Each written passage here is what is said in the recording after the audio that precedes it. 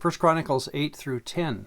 We're finishing up a chronology or a genealogy that is started in chapter 1 with Adam. It will come to an end with David, who actually gets all of chapters 11 through 29. His life story, again, is picked up by the chronicler there. And what we have actually in our reading today, then, is finishing up the story and the genealogy of Saul. He's mentioned once in 8, once in 9, and he gets all of chapter 10, though the entirety of the chapter, if you read it, is dedicated to his death, which of course ends with that important statement that he consulted a medium or a spiritist, and thus God killed him. What's really strange then, when you think about it, is that he is basically escorted into obscurity from here. You never hear of Saul again, which, think about it, it's like taking George Washington out of American history. We wonder why that would be, and let me use the rest of our time to talk about that. But back up again and maybe review a little bit before we think about Saul.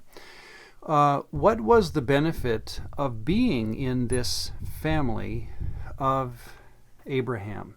What do you get out of it? Well, very briefly, of course, you get the blessing of physical propagation, having a family, having rain for your crops and things like that.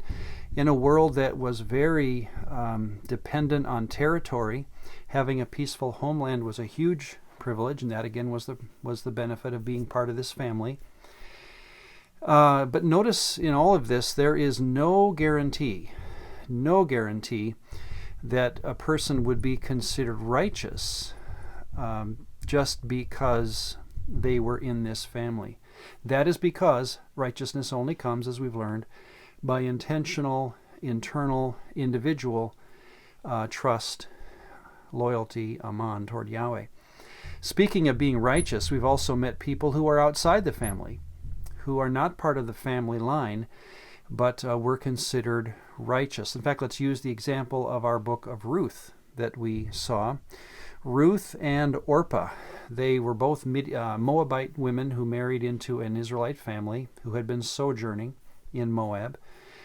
In the middle of the book, Ruth decides to go back with Naomi to Israel and become an Israelite. So your people are now my people, your God, my God.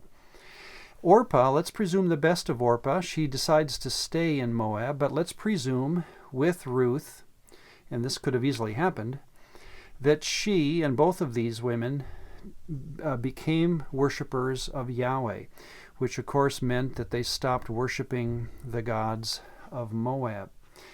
Well, Orpah in that storyline would be considered righteous. What's interesting is that she would probably not need to follow Torah, because Torah was a constitution of the family of Abraham.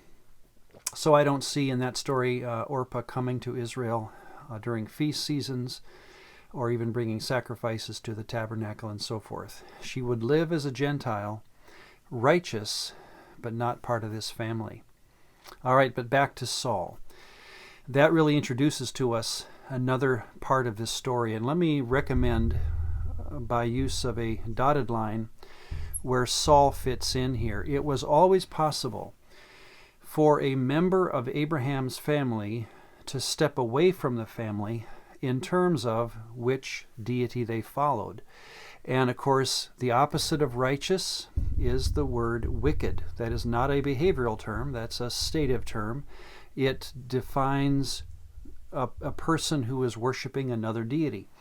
So in the case of Saul, I believe the reason he is expunged from the record, basically, is because he was not, well, he was part of the family physically, but he was not part of the family when it came to who was meant to make up the family of Abraham. Has this happened before? Is Saul's story unique? Well, not really. I think we could have put here Ishmael, Esau, and coming up in 1 Kings 19, one of the most haunting statements that we'll ever hear. Yahweh tells Elijah the prophet that all but 7,000 people within the entire, or throughout the entire country of Israel, all but 7,000 have bowed the knee to Baal.